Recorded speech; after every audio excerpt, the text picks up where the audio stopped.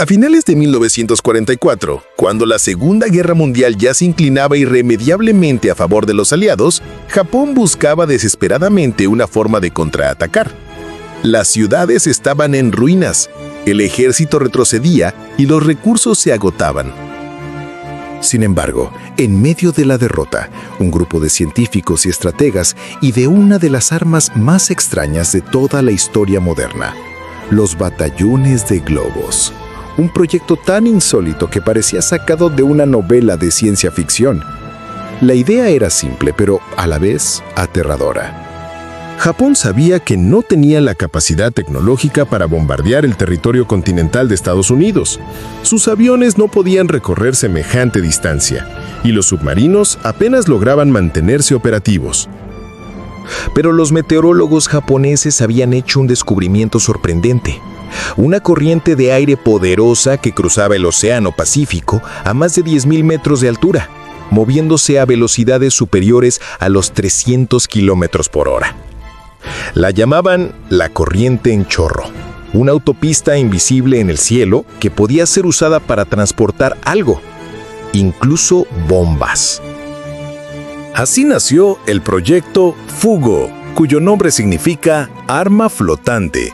Los científicos diseñaron enormes globos hechos completamente de papel japonés, ensamblados a mano por mujeres y estudiantes en fábricas improvisadas. Cada globo tenía un diámetro de casi 10 metros y llevaba consigo un mecanismo de control de altitud que funcionaba de manera automática. Sacos de arena que se liberaban poco a poco, válvulas que dejaban escapar hidrógeno y un temporizador que, llegado el momento justo, soltaba su carga mortal. Debajo del globo colgaban más de 15 kilos de explosivos de alta potencia. La misión era simple: dejar que el viento hiciera el trabajo. Entre noviembre de 1944 y abril de 1945, Japón lanzó más de 9.000 globos hacia el cielo.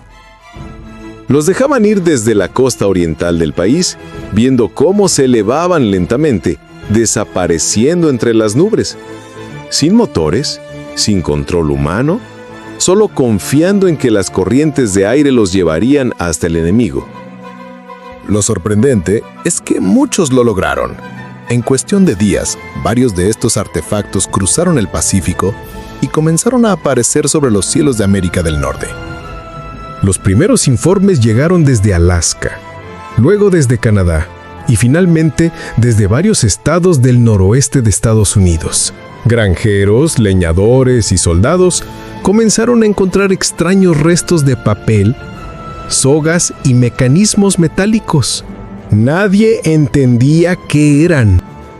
Algunos pensaron que eran experimentos meteorológicos, otros que se trataba de objetos voladores no identificados. Pero pronto el ejército estadounidense descubrió la verdad. Japón había encontrado la forma de atacarlos usando el viento como arma. El gobierno norteamericano, temeroso de causar pánico o de que los japoneses se enteraran de que su plan funcionaba, ordenó un silencio total. Ningún periódico podía hablar del tema. Ningún informe podía hacerse público. Los globos bomba eran reales, pero oficialmente no existían. Durante meses siguieron cayendo de manera aleatoria sobre todo el continente, provocando incendios menores y algunos daños materiales. Sin embargo, su impacto psicológico era mucho mayor que el físico. La idea de que el enemigo pudiera atacar sin ser visto, sin ruido, sin advertencia, era profundamente inquietante. Pero la historia tendría un episodio trágico que marcaría para siempre este experimento. El 5 de mayo de 1945, en un pequeño pueblo de Oregon llamado Bly, un pastor local, su esposa embarazada y 5 niños de su iglesia salieron de excursión al bosque. Mientras el pastor estacionaba su vehículo, los niños encontraron algo extraño entre los árboles.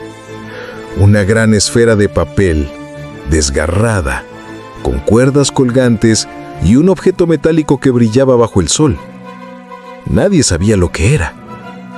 Minutos después, el artefacto explotó, matando a la esposa del pastor y a los 5 niños. fueron las únicas víctimas civiles en territorio estadounidense durante toda la Segunda Guerra Mundial. Paradójicamente, para ese momento, el proyecto Fugo ya estaba siendo abandonado.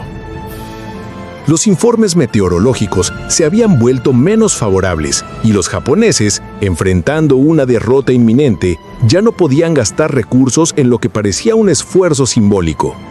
De los más de 9,000 globos lanzados, apenas unos 300 lograron llegar a América.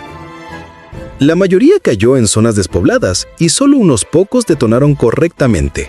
Desde el punto de vista militar, fue un fracaso total. Pero desde el punto de vista científico, fue una hazaña extraordinaria. Era la primera vez que un país lograba utilizar la atmósfera como medio de transporte para atacar otro continente. Décadas más tarde, algunos de estos globos aún siguen apareciendo.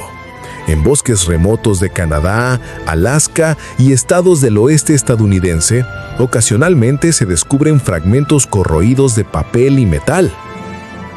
En algunos casos todavía contienen explosivos activos, una amenaza silenciosa que flota desde 1945. A día de hoy, las autoridades todavía advierten que si alguien encuentra restos de estos globos, no debe tocarlos. Son reliquias peligrosas de una guerra que terminó hace más de 80 años. Los batallones de globos japoneses fueron una mezcla inquietante de ingenio, desesperación y locura. Una idea que nació del orgullo nacional y de la incapacidad de aceptar la derrota.